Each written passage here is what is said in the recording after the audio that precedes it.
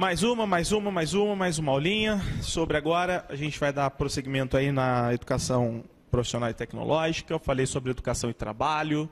Vamos lá, educação profissional e tecnológica. O que eu preciso saber para ir fazer um concurso na área de educação sobre isso aqui, não é? Pessoal,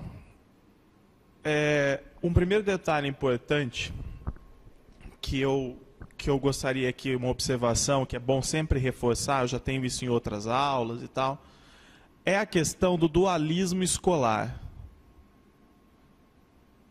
Tá? Então, há uma necessidade no Brasil de superar isso aqui, porque ao longo do desenvolvimento da educação profissional no Brasil, nós passamos então pela criação de escolas técnicas, pela integração do ensino profissional na educação básica, teve criação do sistema S já no período getulista, nós tivemos o tecnicismo, os acordos Brasil-USAID com os Estados Unidos na década de 70, ou seja, coisas que nós temos lá na aula de História da Educação Brasileira, mas o grande problema é que o Brasil não consegue quebrar essa relação aqui, né, do dualismo escolar. Aquela relação de desigualdade, em que quem tem mais condições vai fazer uma faculdade, vai fazer uma universidade, vai construir uma carreira com ganhos melhores financeiramente. E quem não tem condições acaba sendo direcionado para o ensino profissionalizante e se prepara, estuda para ganhar, infelizmente, uma grande parte salário mínimo ou salário base pequeno ainda no Brasil. Esse é um problema nosso, não é? Recentemente nós vimos aí notícias falando sobre o aumento dos empregos formais no Brasil com carteira assinada, e o grande problema era, nós temos muitos empregos, mas muitos ainda com uma remuneração baixa, sempre salário mínimo, salário base baixo e tudo mais. Infelizmente essa é a situação do ensino profissionalizante no Brasil. Mas, por outro lado, nós temos aqui essa questão de uma formação de uma educação tecnológica. O Brasil tem a necessidade de se desenvolver, principalmente depois que foi nomeado como um BRIC. O Brasil criou ainda mais essa necessidade, aí, surgiu de forma mais intensa essa necessidade de desenvolvimento. E desde 2008, nós temos então a educação profissional integrada à LDB. Então, a educação profissional está lá na LDB, o que é resultado do PDE, do Plano de Desenvolvimento da Educação, elaborado no governo Lula. Então, o PDE criou aí, desenvolveu essa ideia da educação profissional, institucionalizou isso aí, e a regulamentação complementou a LDB. Bem, então hoje, quando nós falamos de cursos nessa área de educação profissional, nós estamos falando lá na LDB, tá? Eu não vou ficar citando aqui artigos de lei, mas vou falar sobre eles. Aí depois você, com base nas anotações, lê os artigos e tudo mais. Então veja, nós temos cursos nessa área de educação profissional e tecnológica, de formação inicial, continuada e de qualificação profissional.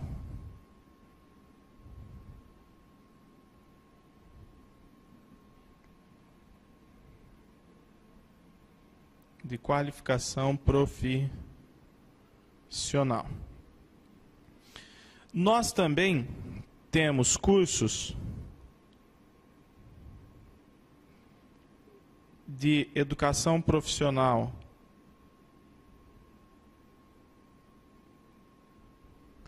técnica para o ensino médio.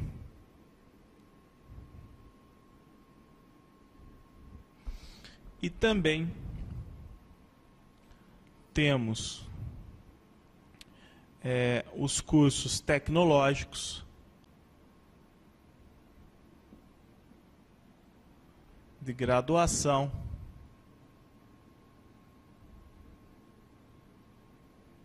Graduação e pós-graduação.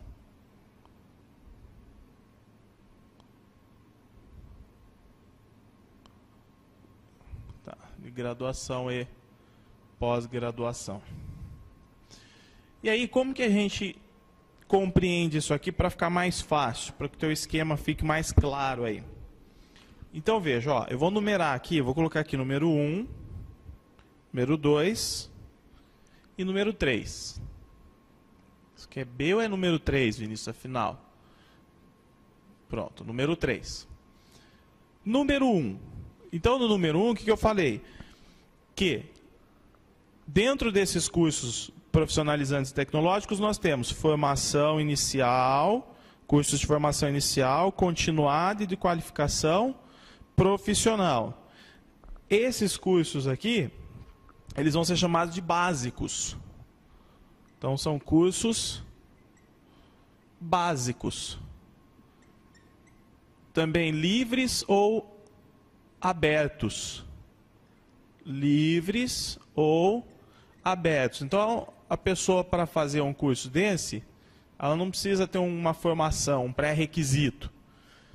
Tá? Não precisa ter um pré-requisito. Ele vai se profissionalizar, vai aprender alguma coisa, para fazer um estágio, para entrar no mercado, para trabalhar numa empresa e tudo mais. Então, o Pronatec, por exemplo, trabalha muitas vezes com cursos básicos. Cursos de informática, uma série de temas para profissionalizar. Parte de marcenaria, muitas vezes, né, eletromecânica, dentre outros, que são cursos abertos para profissionalizar o jovem e inserir o jovem no mercado de trabalho. Então, aqui eu não tenho pré-requisitos. O segundo, o número 2, são o quê? Educação profissional técnica, né, para ensino médio. Então, aqui são cursos técnicos.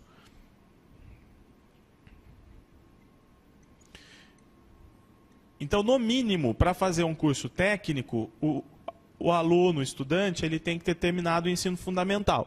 E, para abrir um curso técnico, eu tenho que seguir padrões, né, todas as formas, os procedimentos orientados, regulamentados pelo MEC. Então, nós temos aqui, possui um currículo formal. Ó, possuem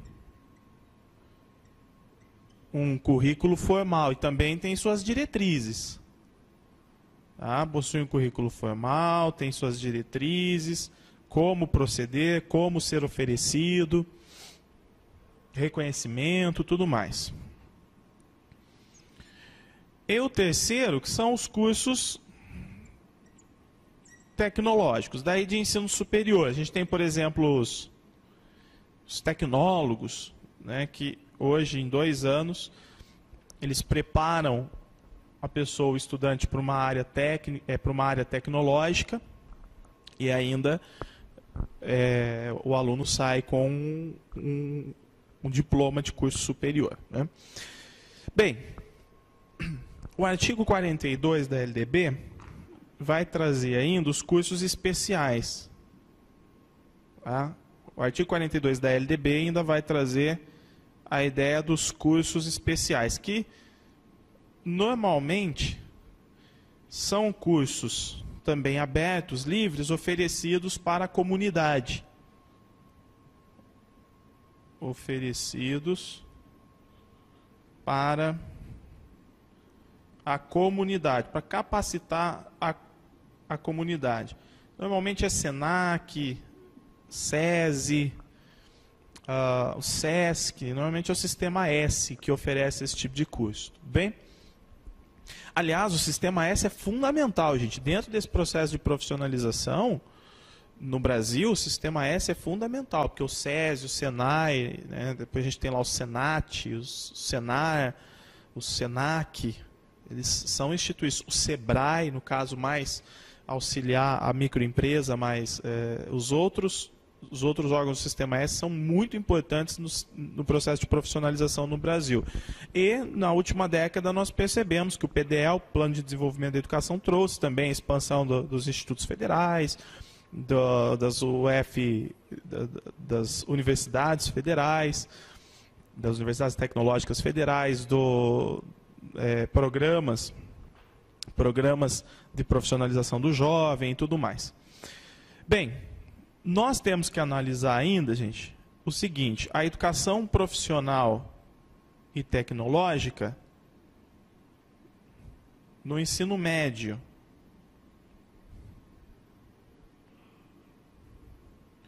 Para o ensino médio, como que ela é oferecida? Então, educação profissional e tecnológica para o ensino médio, como que é oferecida? Então, tem duas formas. Eu tenho a forma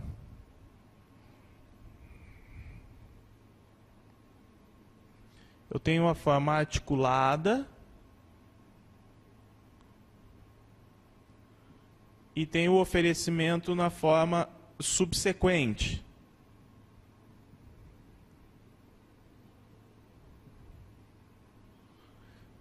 Na forma subsequente. Na forma articulada, nós temos a educação profissional integrada ao ensino médio, então a integrada e a concomitante.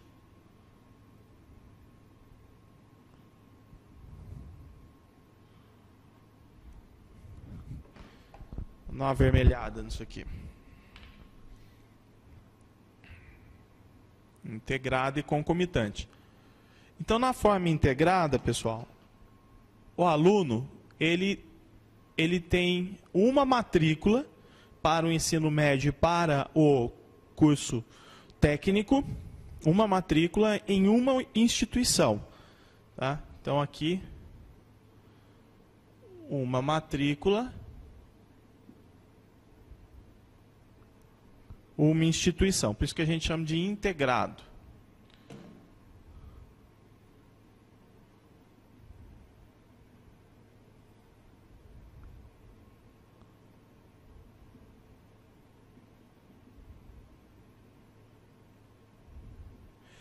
Já o concomitante, eu posso ter, aí no caso, duas matrículas. Uma do ensino médio e uma do curso técnico, que pode ser na mesma instituição de ensino ou em instituições diferentes, tudo bem? Então, uma do ensino médio e uma do curso técnico na mesma instituição ou em instituições diferentes. E o subsequente, que já é o quê? Para quem terminou o ensino médio. Para os que já terminaram o ensino médio.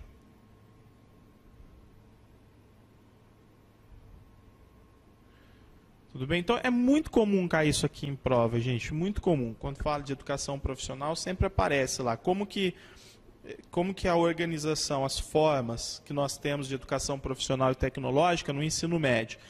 Forma articulada e subsequente. Dentro da articulada, integrada e concomitante.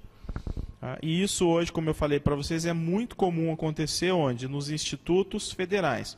Aqui na minha cidade, que é Jacarezinho, do Paraná, norte do Paraná, embora muitos de vocês talvez nem imaginassem isso, eu tenho um perto de casa aqui, um Instituto Federal do Paraná, tem também outras cidades da região, aqui do norte do Paraná, e nesse Instituto Federal do Paraná a gente tem o quê? Nós temos tanto os cursos integrados concomitantes quanto os subsequentes, para que os jovens possam lá estudar, ganhar bolsas, no caso, ganhar uma ajuda de custo. Existe a estrutura uma estrutura realmente de primeira qualidade, muito boa, e cursos voltados para a realidade do mercado aí. Bem, ainda faz parte da organização da educação profissional e tecnológica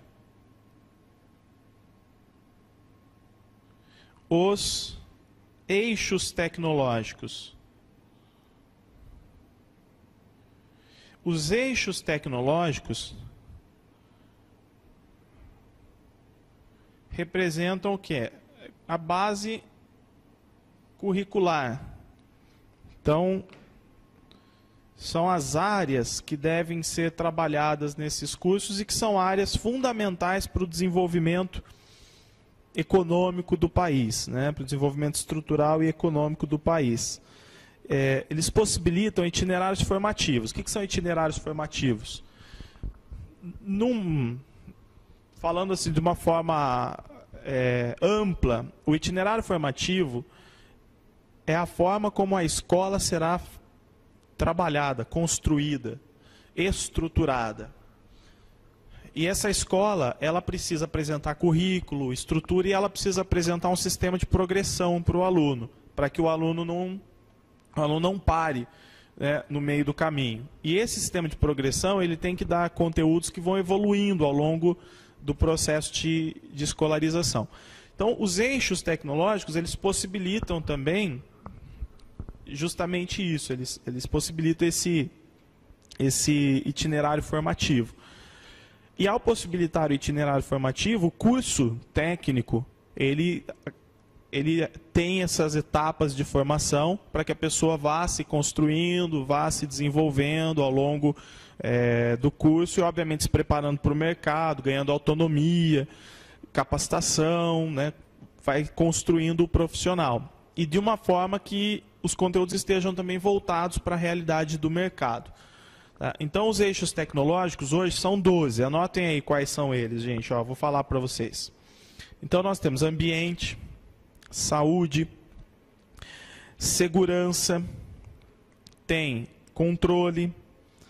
Então, ambiente, saúde, segurança, controle, processos industriais, gestão e negócios, hospitalidade e lazer, olha que interessante, hospitalidade e lazer, informação e comunicação, infraestrutura, produção alimentícia, produção cultural e design, produção industrial, recursos naturais, apoio escolar e apoio militar. São 12 eixos hoje, tá? E por que esses 12 eixos? Justamente porque o MEC concluiu, desse período de estudos de 2006 até mais ou menos 2010, o MEC concluiu que nós tínhamos muitos cursos, muitas nomenclaturas no Brasil, mas que estava um pouco desorganizada a coisa, então era necessário reorganizar essas nomenclaturas, esses nomes, e criar eixos que fossem compatíveis com as necessidades de crescimento e de desenvolvimento no Brasil. Então foram criados esses eixos tecnológicos.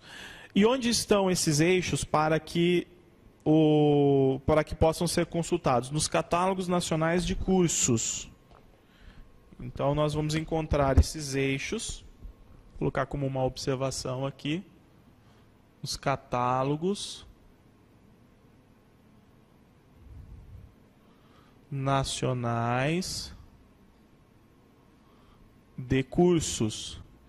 Esses catálogos nacionais de cursos, então, são elaborados pela Secretaria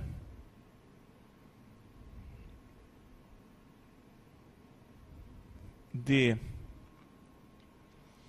Educação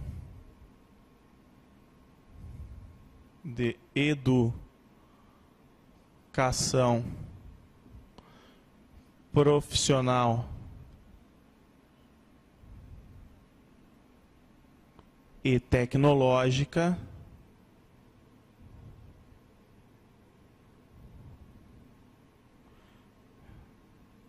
do MEC. Tá? Do MEC. Então tá lá. Se perguntarem para vocês qual é o documento onde nós encontramos os eixos tecnológicos, orientando, né, como trabalhar cada curso, os conteúdos e tudo mais, é aqui, nos catálogos nacionais de curso. Agora, tem um ponto importante que nós precisamos estudar aí, e que realmente é fundamental, que é o seguinte: quando nós falamos em educação profissional e tecnológica, eu não estou me distanciando daqueles outros elementos, daqueles outros fatores que estão na educação comum. Então, existe uma articulação, tá? A palavra é essa aqui, ó. Existe uma articulação da educação. Isso aqui tudo está na LDB, tá, gente? Existe uma articulação da educação profissional e tecnológica com, vejam lá, com os níveis de educação, com as modalidades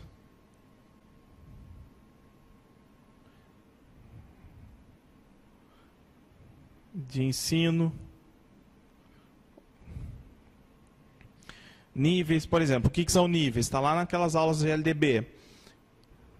Nós vimos lá. Então, nós temos educação básica e educação superior. Daí eu tenho educação infantil, fundamental e médio. Não é? Modalidade, por exemplo, educação de jovens e adultos. Hoje fala-se muito nessa integração, eu vou fazer um breve comentário. E também uma articulação da educação profissional e técnica com as dimensões.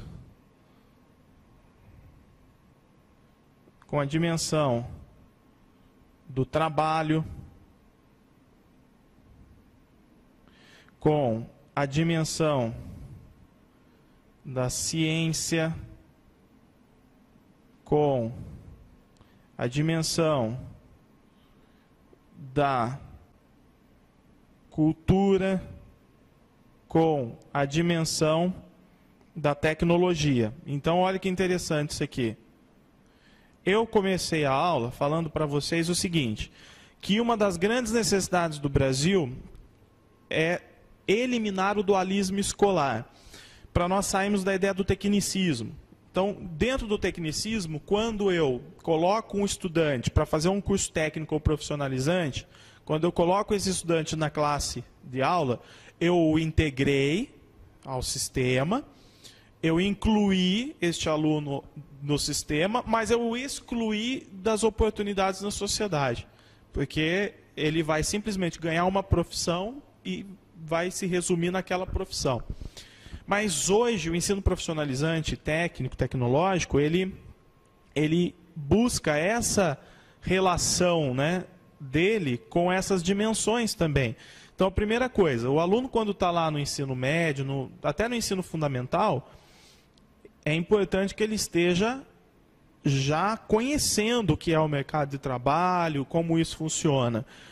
Nas modalidades, então se eu tenho uma modalidade lá, vou colocar aqui, educação de jovens e adultos. Então, eu posso ter o quê? O ensino profissionalizante para educação de jovens e adultos. Tá? Para profissionalizar aquela pessoa que, na idade própria, não teve oportunidade de ter educação, até mesmo porque o Estado, às vezes, não deu essa oportunidade a ela. Muita gente que está no EJA hoje eram pessoas que moraram no campo. Na época não tinha escola no campo, não existia educação no campo como nós temos hoje. Então, integração. Só que também, ó, dimensão do trabalho. Então, integrar isso aqui ao trabalho em si, a prática do trabalho. Já vou comentar isso. A ciência, para que haja um desenvolvimento tecnológico também, tecnologia e ciência.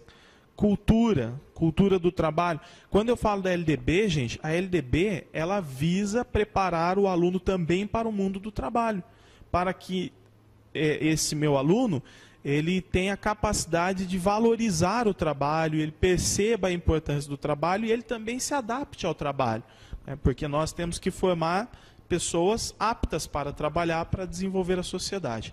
Vamos desse lado aqui, que a gente vai continuar, nós vamos finalizar analisando um ponto aqui importante. É o seguinte. Então, da mesma forma que eu falo lá na educação em currículo, da mesma forma que eu falo em avaliação, né, para a educação básica, por exemplo, da mesma forma que a gente fala de prática e tudo mais, aqui é a mesma coisa.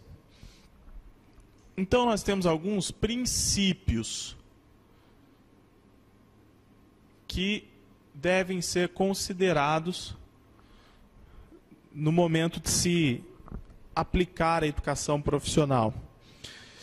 Então, vejam, obviamente que eu não vou falar esses princípios, porque eles vêm em textos das diretrizes, tá?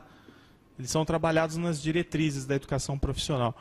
Mas eu tenho que articular, no momento de se trabalhar a educação profissional, eu tenho que articular, por exemplo, o ensino médio, eu tenho que articular experiências profissionais.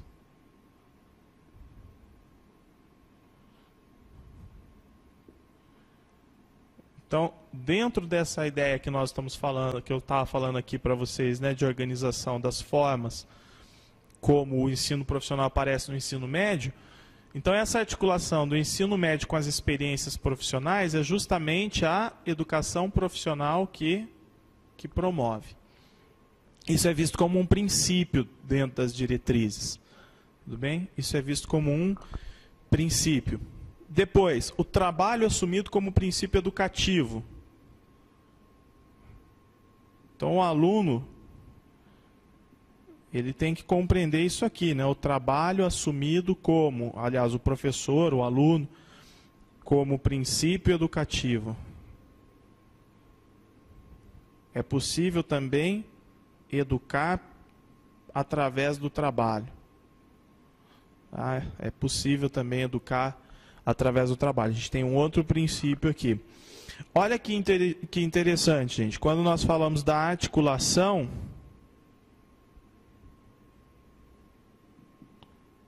entre teoria e prática.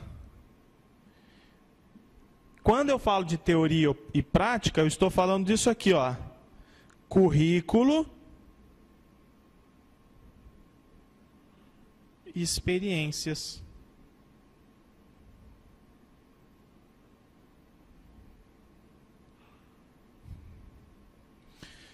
Tanto a teoria quanto a prática, tanto o currículo teórico quanto aquilo que o currículo programou para as experiências, fazem parte do processo de aprendizagem. Então, o estágio, por exemplo, ele é muito importante, porque ele está dentro do processo de aprendizagem e nós não podemos abrir mão dele. Trata-se de um princípio, trata-se de um valor que está lá nas diretrizes. Reconhecimento de diversidades étnicas, multiculturalismo, educação especial, tudo isso, gente, está integrado à educação profissional. Valorização do ser humano, da capacidade dele de aprender. No nosso curso aqui eu trabalho, por exemplo, a ideia de correntes cognitivas. De correntes de aprendizagem. Então nós falamos do Piaget, falamos do Vygotsky, né, e tudo mais. O que acontece? Muitas vezes a gente percebe assim, fulano, eu tenho que respeitar as características dele. Então você vê uma pessoa que tem uma certa deficiência, então eu tenho que respeitar as características e eu tenho que aceitá-lo como ele é. Na verdade, essa frase tem sido superada. Porque se nós aceitamos a criança ou o adolescente, o jovem, como ele é, com as deficiências dele, eu não ajudo ele a melhorar. E ele pode ser melhor dentro das limitações. Então, o correto não é nós aceitarmos do ponto de vista de deixá-lo como está. Aceitarmos no sentido de incluir, de também dar incentivo e ensinar aquele que tem limitações cognitivas. Quem tem Down, por exemplo, não pode trabalhar? Pode. Então ele pode fazer parte da educação profissional. Há processos de inclusão da pessoa que tem Down no sistema de profissionalização. Então eu não posso simplesmente aceitar como é. Não, eu tenho que me dispor a ajudar essa pessoa a ser melhor dentro das suas limitações. Então a gente tem aqui a interdisciplinaridade. Olha que interessante, ó. Vamos pôr desse lado aqui. A interdisciplinaridade que está nos PCNs, que está nas diretrizes da educação básica, elas aparecem aqui também na educação profissionalizante. Ó. Então é um valor também a ser seguido. Ó. Vou colocar aqui, interdisciplinaridade. Aliás, pessoal, olha como é importante a ideia dos eixos. Interdisciplinaridade. Os eixos, eu falei para vocês que eles possibilitam itinerário formativo, a organização das etapas. Só que os eixos tecnológicos, em um curso, eles podem também se cruzar. Eu posso também trabalhar métodos e conteúdos de eixos diferentes para complementar a formação do indivíduo profissional dentro do processo de profissionalização. Isso aqui é muito interessante, ó, articulação. Articulação.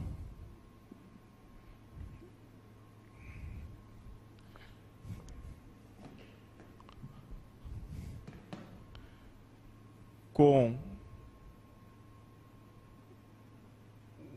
o desenvolvimento econômico, social e ambiental. Então, tudo que nós falamos hoje em dia, há a necessidade de uma consciência ambiental, não é? Então, meio ambiente vai aparecer praticamente em todos os cursos. O que mais que a gente tem? E um ponto muito importante. Quando eu trabalhar os eixos tecnológicos, e isso também é um dever direcionado ao MEC, e obviamente que também ao Conselho Nacional de Educação, que acabam sendo pareceristas, eu preciso ter flexibilidade.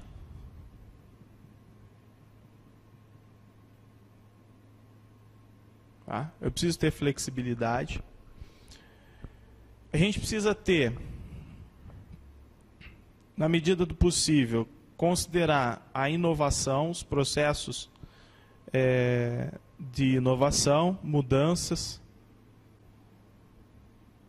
Sociedade muda o tempo todo. A economia, a tecnologia, os novos negócios, as novas ideias, o tempo todo estão, meu Deus, está trazendo mudanças nesse cenário social, político, econômico. Então, os eixos, eles também não podem ficar estáticos. Uma vez que a sociedade sofreu mudanças, o que o eixo tem que fazer também? Ele tem que ser diversificado. Tá? Então, quando a gente fala de inovação e mudanças, eu posso falar aqui de diversificação. Ó. E quem vai diversificar? O MEC. Diversificação. Se a tendência do mercado é outra, ou se aparece uma novidade, aquele catálogo nacional de cursos, ou os catálogos, eles precisam também trabalhar nesse sentido, trazer essas inovações. E a flexibilidade de se trabalhar os eixos tecnológicos também serve como princípio. Isso aqui que eu estou comentando para vocês estão nas diretrizes, para que você não precisa ficar lá lendo todas as diretrizes. Então, basicamente, o que nós temos de muito importante é isso. E o aluno, quando eu falo da formação do aluno, do estudante, a gente vai, obviamente que já na LDB, o que nós queremos? Nós queremos autonomia, né, formação de um indivíduo crítico, reflexivo, tranquilo.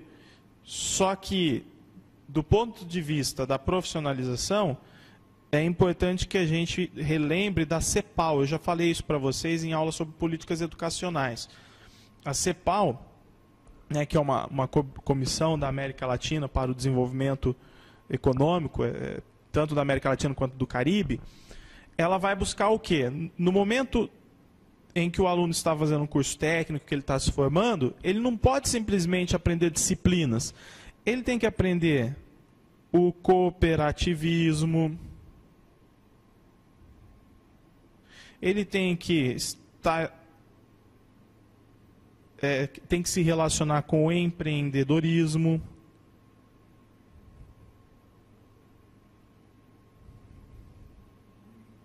Opa.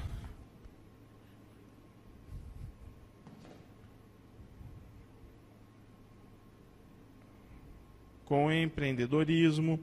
Ele precisa se relacionar, né, com atividades que o aproximam da criatividade, da inovação, comunicação, relacionamento. Aquilo que o mercado pede. tecnologia, tendências tecnológicas, ó.